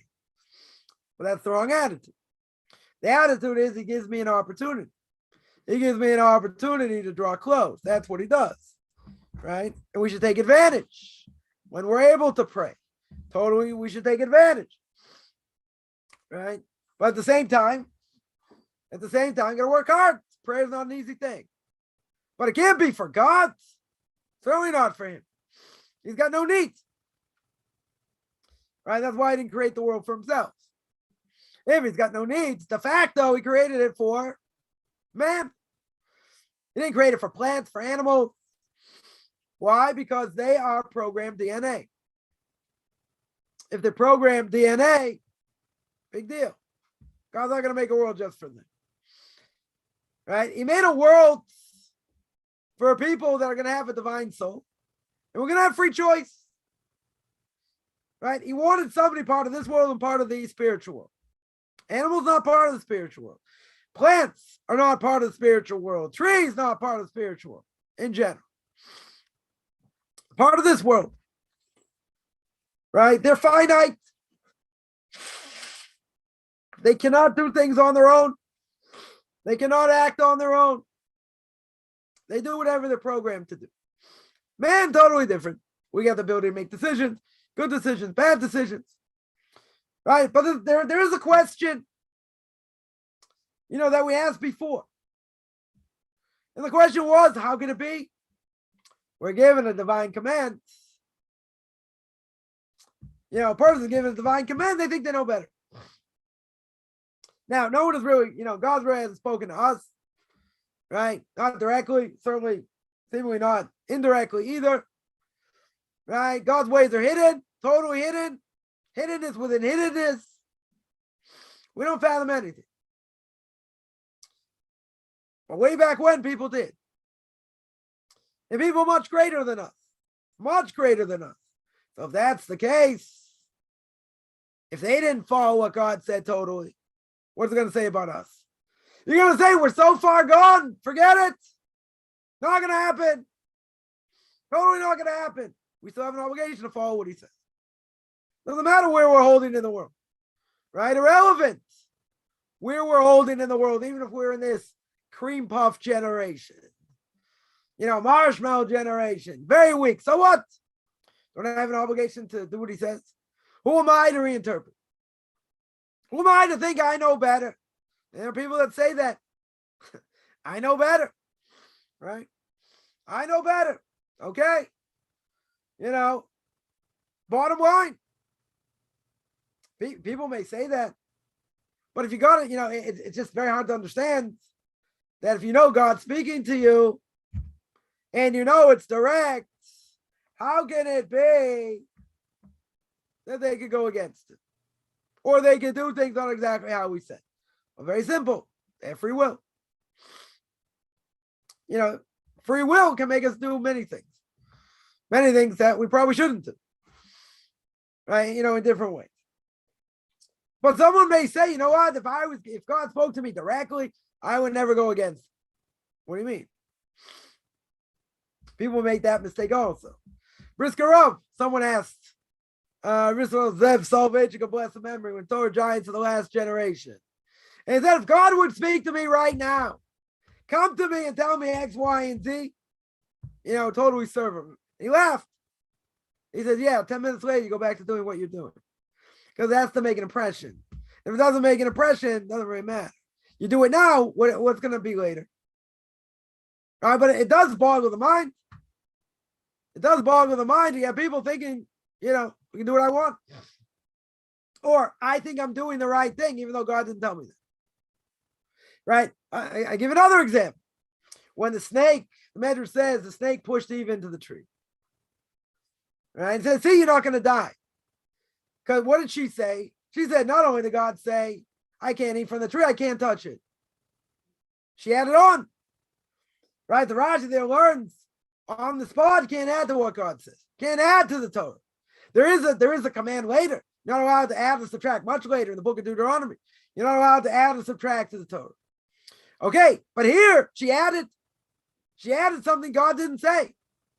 Right? But that's only because of what the snake said and how the snake convinced her and all that. Right? Someone asks, did Joseph ever tell his father Jacob what his brothers did to him? No. Why not? How do we know? Because it's brought down that Joseph for 17 years, while his father is in Goshen, he doesn't go down to see him. All these years, doesn't go see him. Why? Because he's afraid if his father ever gets him alone, his father will ask him, what happened? What happened to you all those years?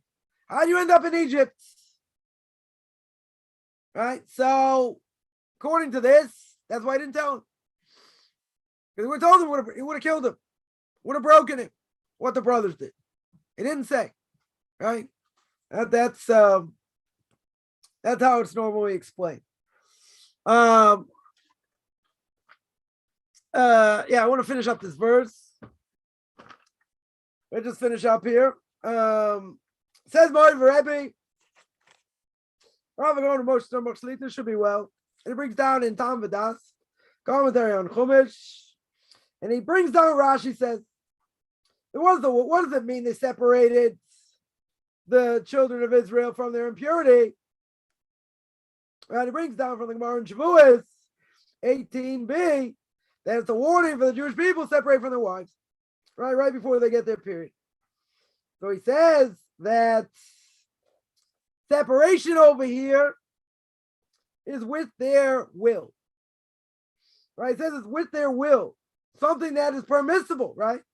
If his spouse is permissible to him, just like a Nazir, right? Just like a Nazirite who makes the vow, he's not going to drink wine, grape juice, have grapes and all that. It's permissible to him. These things are permissible. Right? Same thing. Same thing. His wife is permissible. So what's the problem? Why should there be separation? Because they're doing it of their own free will. That's why the rabbis tell us that a man's got an obligation to separate from his wife day before she's supposed to get her periods.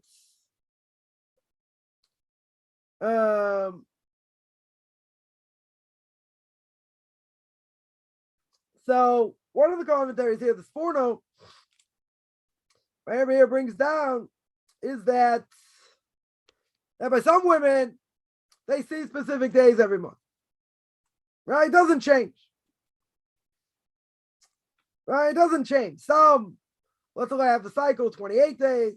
Some no more than 33 days. Right? Let's say. So then there's a whole discussion. Which days to separate.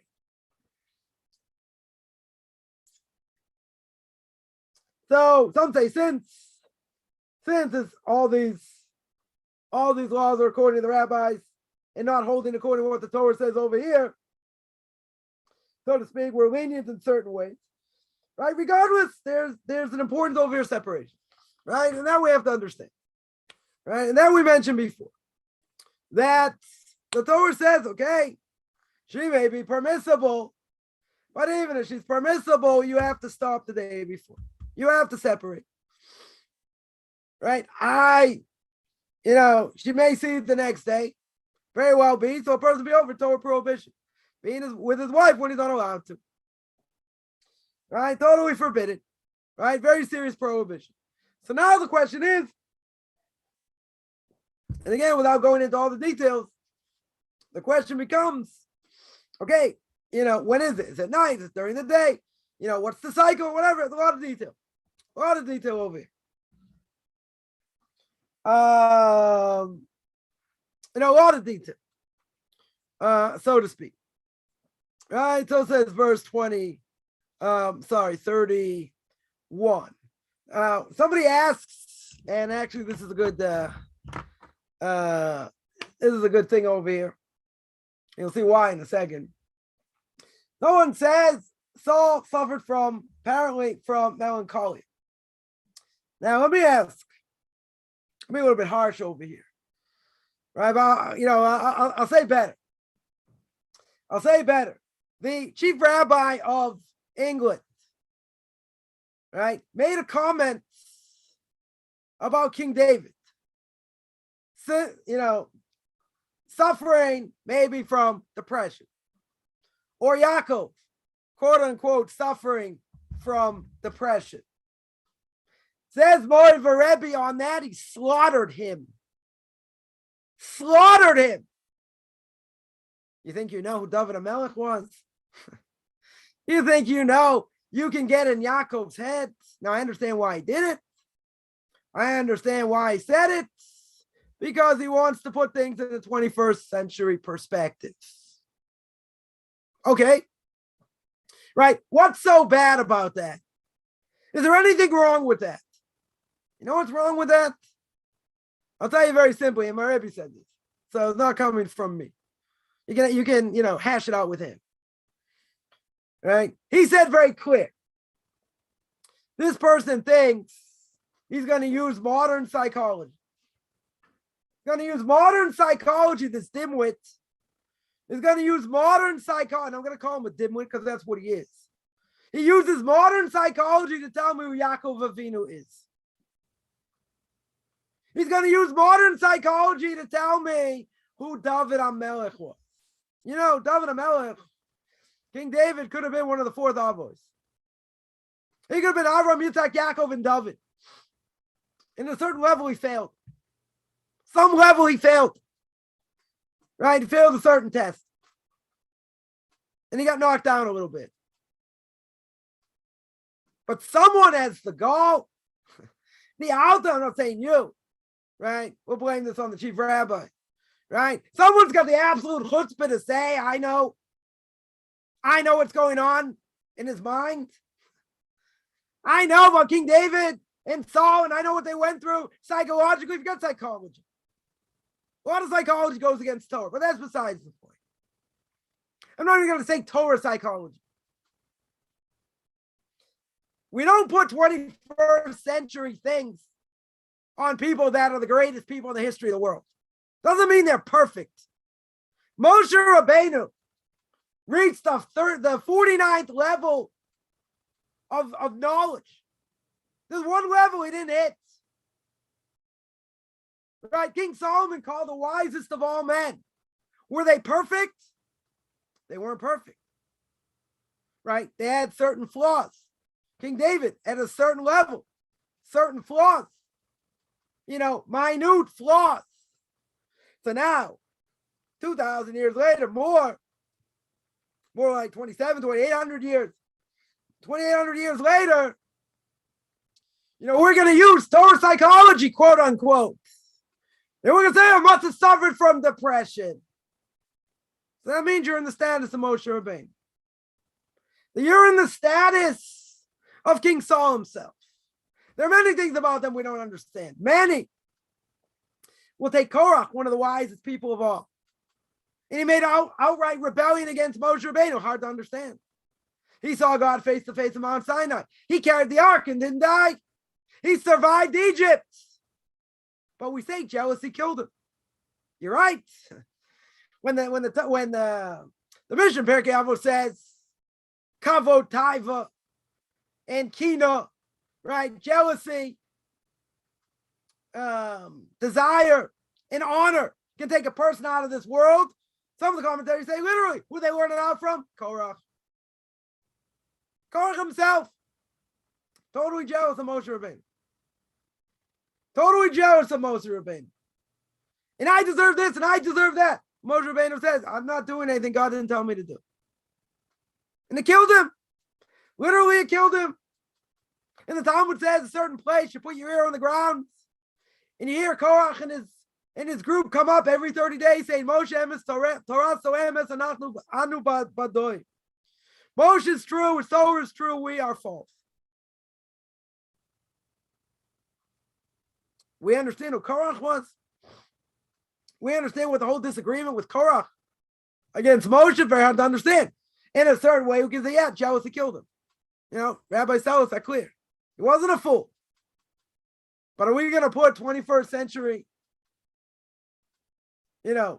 psychology on the patriarchs, on David HaMelech, on King Saul? Now you tell me, what's the problem? That's the way it looks. Didn't it seem, King David gets up in the middle of the night and he's playing his harp? He had a rough life. There's no question about that. Being chased by Saul, being chased by his son, right? People want to kill him all the time. You're going to say that's the way he relaxed, by playing the harp. But you know what he did when he got up in the middle of the night? He roared like a lion. He learned Torah all night. Wasn't just playing the harp to play the harp to relax. Oh, the way it looks, the way it reads, forget the way it reads. Forget the way it looks. Take away your puny mind, 21st century look at it and understand what the rabbis tell. See, that's the problem my Rebbe had with Mr. Mervis. I'm not going to call him rabbi because I deserve the title. Said a lot worse things than that. But to say psychologically, I understand Moshe Rabbeinu and his psyche. Think again. Think twice. Think 5 times before anyone opens their mouth like that. That's heresy. That's absolute heresy. You got to come out against heresy. You know how people say whatever they want? I should put my 21st century, my puny brain, even if I was a genius. Now I had 125 IQ. I understand who Moshe Rabbeinu is. I don't even understand who my Rebbe is.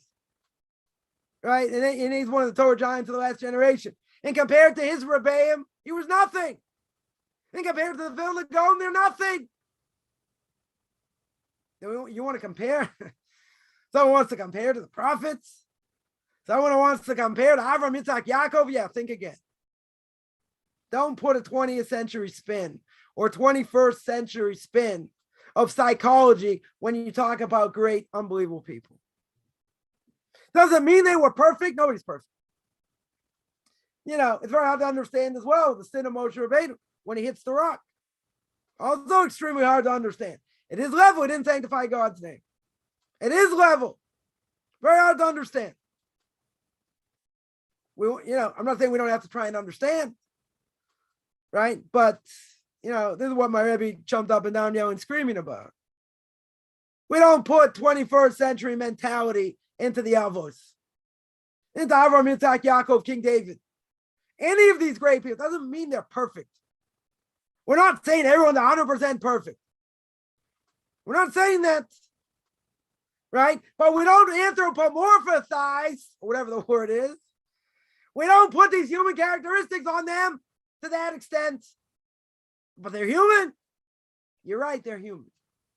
You're 100% right. So why can't I attach these things? Because psychology does not apply to them. Why doesn't it apply? Because we don't even come up to the dust of the cracks of their toenails. In any generation. So what are we commenting on? Doesn't mean we don't have to try and understand what they went through in different things. But to put a 21st century spin, to think I understand the psyche of David HaMelech, you know what David HaMelech was? You know what Avraham Avinu was? You're gonna put yourself equal to them? That's not what you're doing, but that's what you're saying. I understand it's like they were sad and they were upset and they were, maybe they suffered from depression. Yeah, that's your understanding. That's your 21st century psychological analysis. Is that what Torah is? Is that how we analyze who they are? No. It's not how we analyze. See, when someone says, again, I'm not saying you're saying that. Mr. Mervis said that. And he made that clear. So he's equating himself with them. That's the problem. That's not showing respect.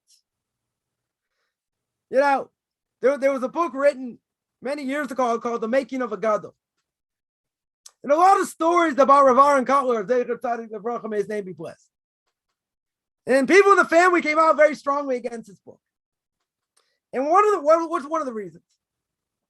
One of the reasons was Rav Aaron Kotler, one of the Torah giants of the last generation, started the Lakewood Yeshiva. One of the Torah giants going to everybody. But they put things in this book that not only made him human. I'm not saying you have to worship him. That's idolatry. Right? But when someone prays, they say certain things. They say certain things about, he read Dostoevsky. You're going to say, okay, big deal. So he read in the bathroom. He read Dostoevsky. But when you say read Dostoevsky, however you pronounce it, and he knew a lot of Dostoevsky, by heart, that's not a praise. Now, some people might think it's a great thing.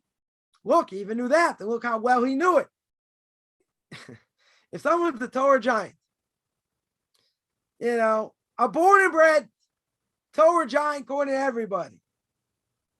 You want to tell me no shots 100 times? He can do the pin test.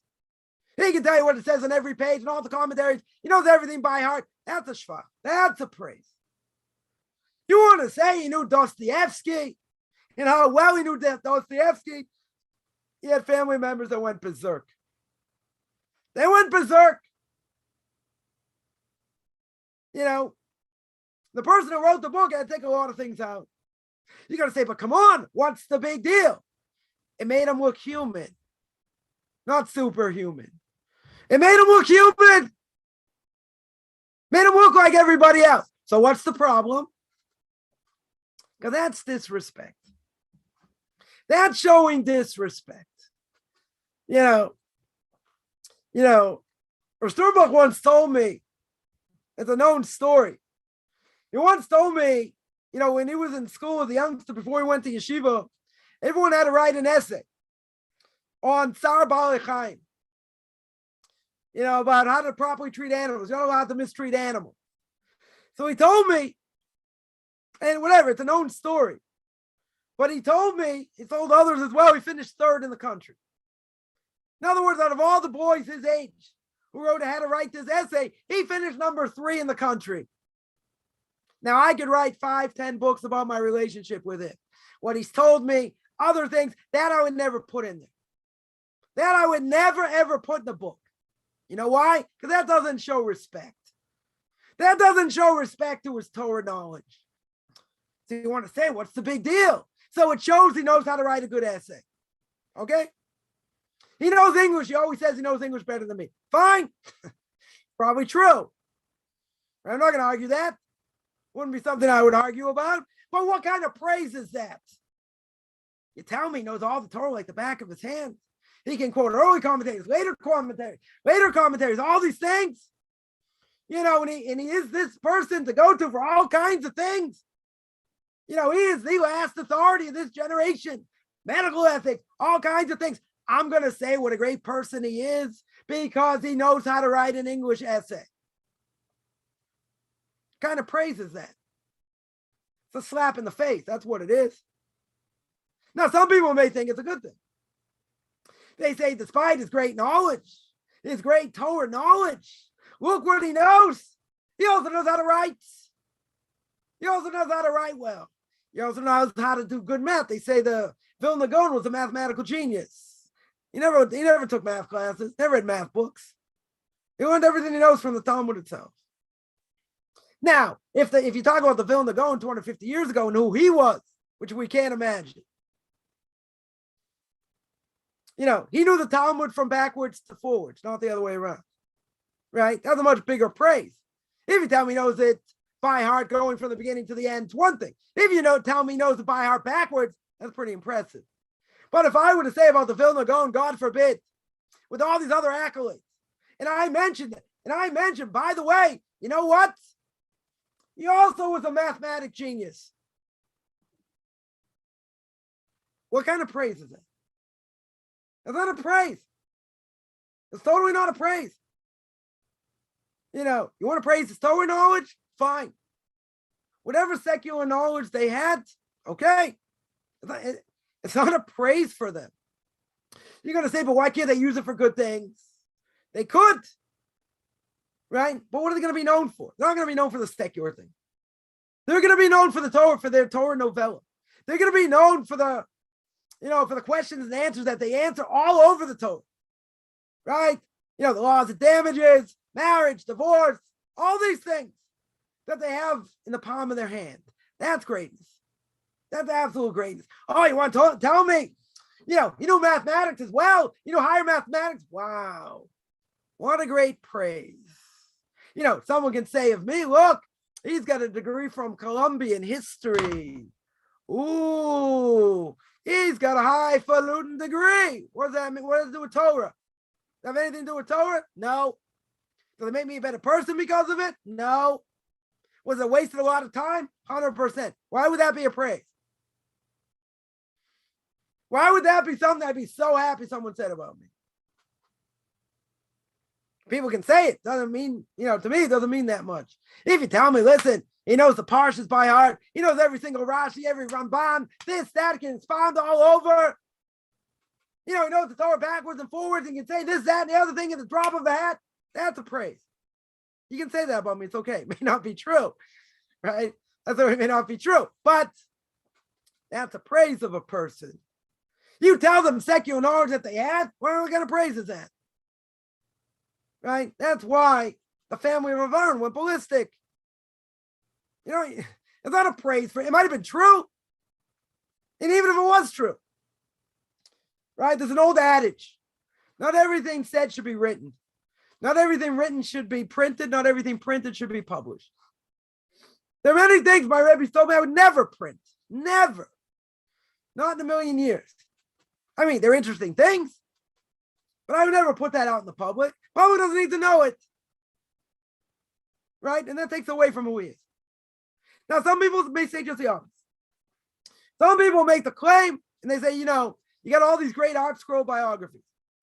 And it makes the rabbi seem like, not just living legends. They're beyond living legends. Right? It's like they were holy when they were born. So some people say they don't like reading these books because no one can reach these levels. So Moshe Schneider, my Rebbe's Rebbe, would always tell his students, you could be the next Rebbe Kiva Eger. And tell stories of great rabbinic authorities. Now, Reb Cheskel Abramsky, of blessed memory, the head of the Beis Din in London, was very much against. And says, you want people to reach high levels, you kill them before they reach them. They won't be able to reach them. So you're not really inspiring them. And Moshe Schneider disagreed. He said, people have to be taught they can reach however high they want to reach. They may not get there. They may not in the end reach it. But you know what? If they strive to be who they are, they're not going to get anywhere. Baruch Ber Leibowitz mentioned this last night in Pirkei Avos. Baruch Ber said, he was the rabbi of Kamenetz Yeshiva, and he said, I tried to be like Rebbe Akiva Eger. I ended up becoming like Rebbe Akiva Eger. Right? But if I wanted to be Baruch Ber, then I would have reached a much lower level. Why? Because if we're striving to be who we are, where are we holding in the world? How great are we in general? If we're striving to be like people much greater than us, oh, that's a different story. You may never reach them, right? But my Rebbe says, if you think small, you end up small. If you think big, you may not end up big, but you won't end up small. Right? So you got to strive for something beyond yourself, well beyond yourself. Now, you don't want to set yourself up for failure. You don't want to set yourself up too big that you'll never reach it. Okay, we have what to strive for. But if I'm going to strive to be like me, forget it. You're not going to really get anywhere. Right? So, using these things as a device to try and say, well, I'm going to understand great figures in history, great Jewish figures, and I'm going to understand them at my level, and I'm going to say I understand who they are. I'm going to put my 21st century spin on who these people are. Well, that you're not going to do. That is forbidden to do. That takes these people down. Because the assumption is that you think you understand who they are. You understand, or you think you understand, you're on their level. You're not on their level. You're not close to their level. You'll never be close to their level. Not in a million years. Because of how much greater they are. Now, it doesn't mean we don't have to strive. It doesn't mean we don't have to work hard. But when someone equates themselves to them, and they think, I know a heck of a lot better, right? Because I'm going to make this spin from the 21st century. No, that's going too far. That's going way too far, right? That's why my Rebbe ripped him to shreds. Because he's saying, I know. I understand his psyche. Who are you? You're an ant. You're not even an ant compared to these people. You're less than an ant, right? You're nothing. You're an infinitesimally small speck of cosmic dust. Let's leave it at that. That's what you are. You want to compare yourself to Avraham, Yitzhak, and Yaakov and say, I understand who they are. I understand who David HaMelech is. No. That's where you draw the line. Right? That's going way too far. Right? That's why I came out very strongly against him. Period. Right? Now, we do try and understand, okay, what they say, why they did certain things. Okay. Right? And we're going to try and understand it according to us, according to the way we need to understand it for this generation. And maybe we'll explain it in different ways so we can understand it better according to our generation, because simple explanation, a lot of these things don't make sense logically. Mentioned by King Saul, mentioned by Noah, many, many things that don't make sense that we see, we see with our own eyes. And we try and analyze what's going on. Right? Yeah, I'll give one other example. You look at the sin of the golden calves. Commentaries there in the book of Exodus go to town trying to explain why it wasn't really a sin, why it wasn't really idolatry. In a lot of different ways. You look at the verses themselves seem pretty clear. It's idolatry. Right? That's what it sounds like. You read the commentaries over there, they say you're missing the boat. You got to see exactly what's going on. They bend over backwards, to try and show what's going on. Face value, you'll tell me, come on, a little bit far-fetched. Right? It seems a lot far-fetched.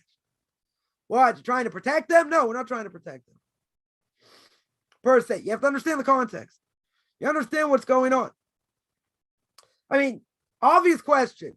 Jews come out of Egypt miraculously. How can anyone in the right mind think this calf did it? Doesn't matter, magic, whatever it was, that this calf was able to speak and eat and whatever. You'll say it's a mixed multitude, it wasn't the Jews, right? It was these converts, whatever. Right? It doesn't really matter. But the point is, how could such an egregious mistake be made? Shortly after God gave the Torah, even though it's many chapters later, right? It's not in order over here, but it happened shortly thereafter. They saw all the miracles, came out of Egypt. Only 20% came out of Egypt. They saw God face to face, right? They saw God face to face. And at the end of the day, they died, came back to life. Whether it's all the 10 commandments, the first 2 of the 10 commandments, whatever it was, they saw God face to face. Greatest generation in the history of men. No question about it. Now, if that's the case, how they bow down to a calf? How did they say, this took us out of Egypt? That make any sense? That make any sense at all? Logically. After everything the Jews have been through.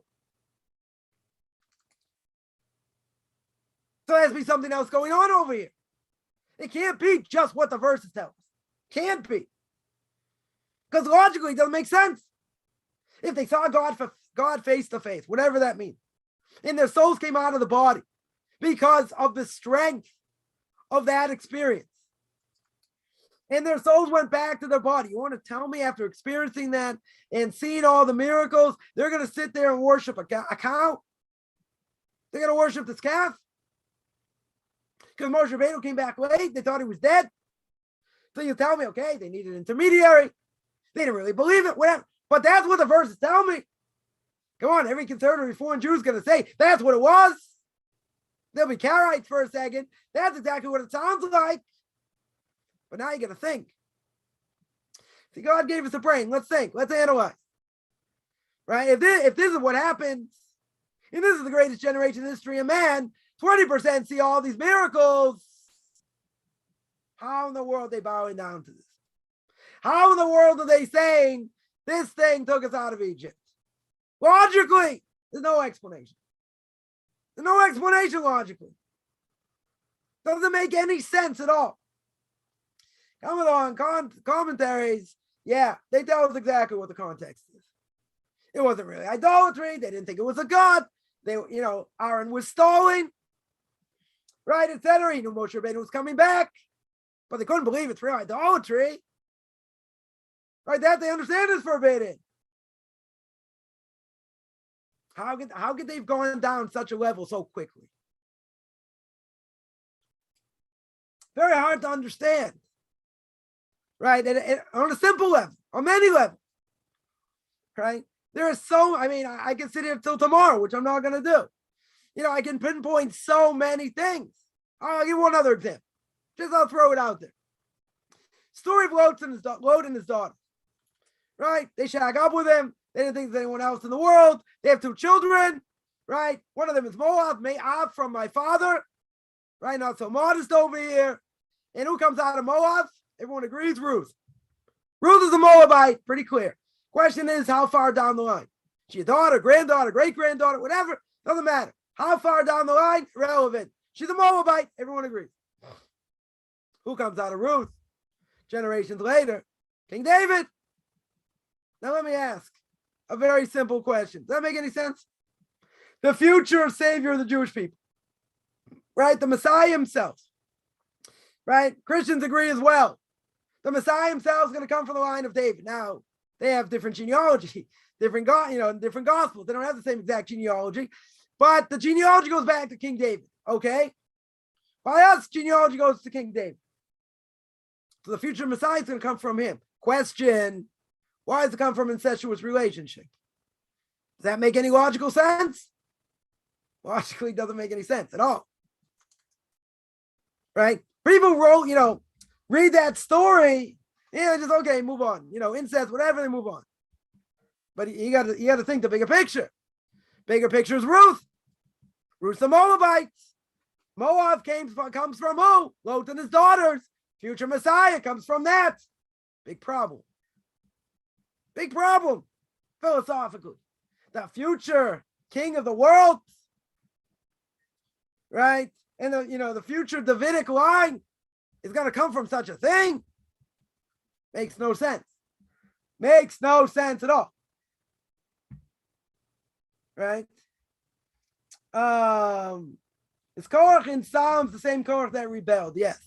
Right? Same reference. This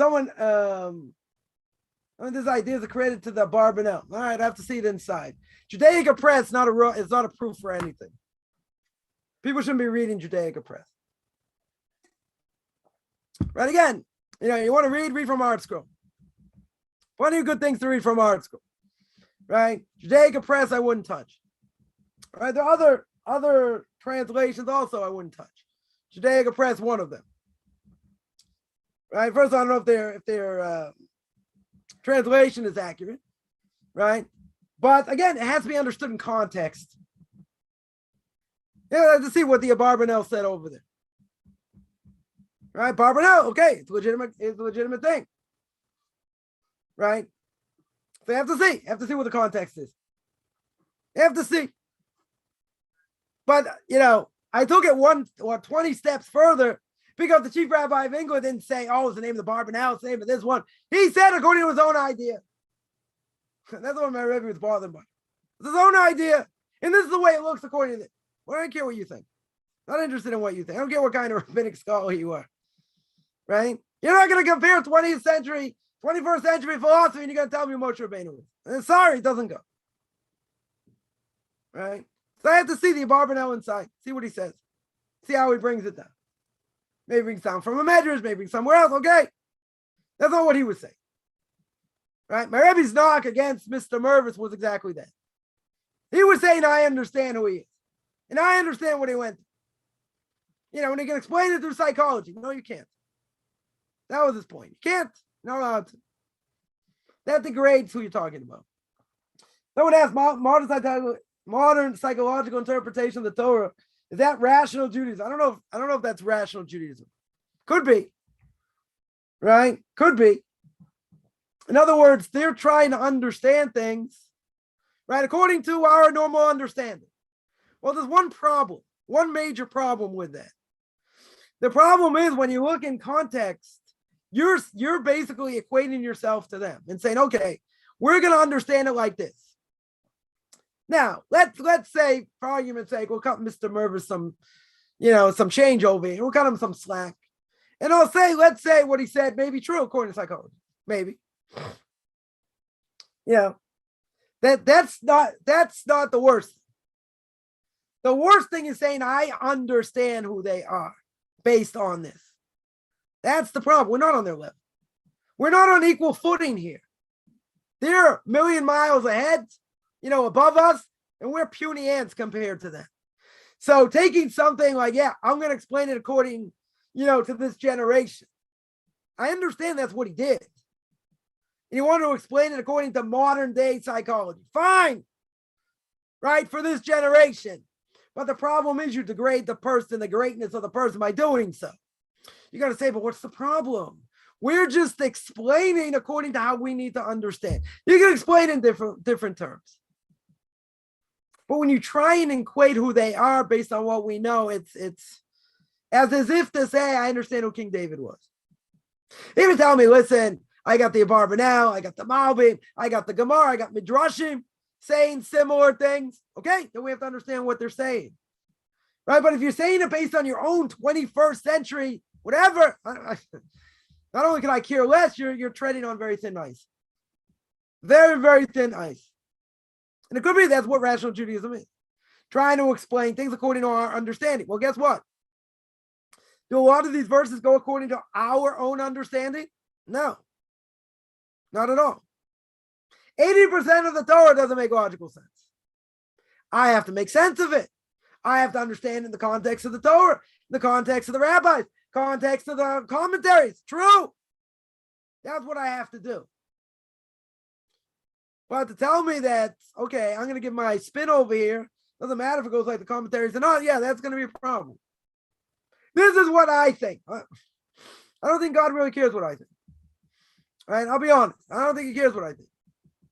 I don't think he cares what my Rebbe thinks. And others. No offense to all the great rabbis, previous generations. He wants them to do what he said to do. He wants them to interpret the law at the highest level. That's what he wants. They're going to give their opinion. Might be, if he was alive in the time of the Vilna Gaon, wouldn't even speak in front of him and be so afraid of his greatness. Not even a question. So someone's going to say, I can understand through my puny brain, I can understand who they are. That's a little bit much. That's a little bit much. Doesn't mean we don't have to try and understand who they are. Doesn't mean, we have to do that to the best of our ability.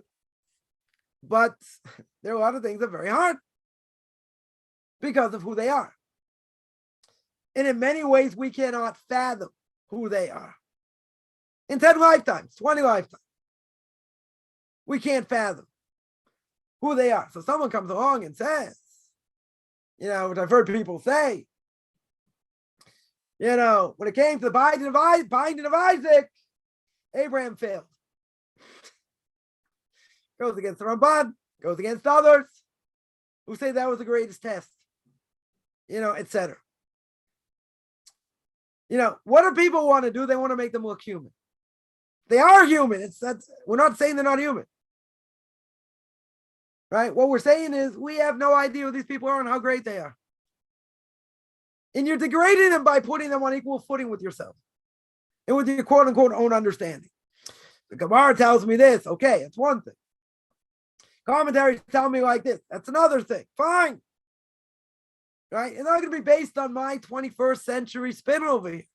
We can try and explain it to how we'd understand it, whatever, but you're not doing necessarily a service. You're doing just the opposite. And it has to be clear this, maybe it is like this, maybe it's not like this, right? But, there has to be respect. So they'll say, come on, this is showing respect. This is making them more human. This is showing that, they could have bouts of depression, gone through difficult times. That's true. No one's going to argue that. That they went through, unbelievable suffering. Yaakov goes through unbelievable suffering through his life. All kinds of different things. True. So in 21st century terms, you might say, well, he couldn't get consoled after what happened to Yosef, and he wasn't around. So you can say, isn't that depression? Doesn't it sound like depression? Sounds like it. But again, you're talking about someone who built up the Jewish people. Right? We can't put in the 21st century terms what we think it is. Or not. Maybe it is like that, to a certain extent. But that takes them down. That degrades them. That's like saying, I understand who they are. I understand, I can get into their brain and say like this and like this. That's a little bit hard to say. That's extremely hard to say. Right? And that's why my Rebbe picked them apart. And it's a dangerous thing. I mean, there are other worse things that he said. I'm not even going to go into it. Right? I just mentioned this thing. Right? Because I think that was the last thing my Rebbe picked them apart for. But that was his issue. You're equating yourself and your own understanding with them. But you're not even an ant compared to them. You're not even a leaf. You're not even dust. You're less than dust compared to them. Now, again, doesn't mean we don't have to try and understand their actions, what went on, what we're supposed to gain from them, what we're supposed to learn from them. But you don't put them on equal footing with yourself. Never. That's the ultimate chutzpah. I know who's going in the mind of Moshe Rabbeinu. Yeah, really? So you're Moshe Rabbeinu yourself, a few levels lower. That's what you're saying. It's what a person's saying in general. Again, someone brings me a medrash. They show me a piece of Talmud that says like this and like this. Okay, so then that has to be analyzed. But for us to make comment, come on. Like, who are you? You're a nothing. You're a nobody. You're a zero over here compared to Moshe Rabbeinu, David HaMelech. Come on. That's a little bit much. You got to have some level of humility. Someone once made the statement, well, I'm doing something that the Vilna Gaon was afraid to do. You know what the Vilna Gaon was? You know how great the Vilna Gaon was? Yeah, you could tell me maybe in his time, certain things, this, that. But you know who he was? You know what he represented? You know the Torah that he knew, the Kabbalah that he knew? And you're going to compare yourself to the Vilna Gaon? Come on. It's a bit much. Every generation gets weaker. The Gaon would have been a great soul even in the time of Rashi or the Rambam. But to say, I know, just like the Vilna Gaon, he was afraid to do it, so I'm going to do it, that's going too far. That's the point over here. It's going too far. So again, you tell me I got proof, I got a medrash, I got something. But to say it based on my own knowledge, not a chance. Not a snowball's chance in heck you're going to say such a thing. Right? That's the ultimate not having humility. That's called being conceited. I did something a Vilna Gaon couldn't do. Yeah, I don't want to be in the same room when God strikes you with lightning. Something like that you can't learn Torah from. That's heresy 101. That's saying there's no such thing as a regression. In every generation. That's saying we're on par with that generation. Are you kidding? You know what they knew? Give one example. Rebbe Chanon, Shem Yikam Damoy, God should avenge his blood, had a yeshiva in Baranovich, 14-year-old. Right? They had to know 400 pages of Talmud backwards and forwards. 400 pages! Like the back of their head. How many people can do that today? There are some that can do it. I'm not saying not. For a 14-year-old to be able to do that, and that's Europe. That was a generation that got destroyed. So you want to tell me 150 years earlier, the Vilna Gaon's generation, you're comparable to that? Yeah, think again. And then think a third time and keep your big mouth shut.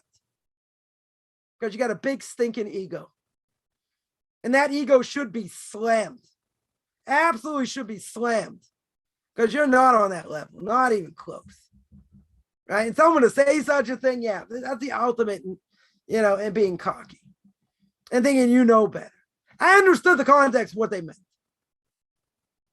Right? You're talking about the Vilna Gaon. You're not talking about someone of this generation. You're talking about a giant of a giant of a giant. Didn't even know.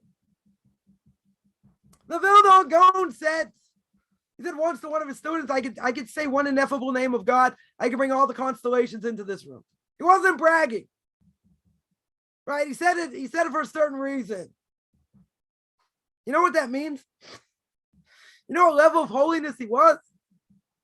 And a person wants to say, well, we're equal. I did something he couldn't do. Yeah. Because you don't know what humility is. You know what humility is? So keep your stinking mouth shut. You think that, think it. It's your own problem. You want to tell people that? Yeah. Any other questions?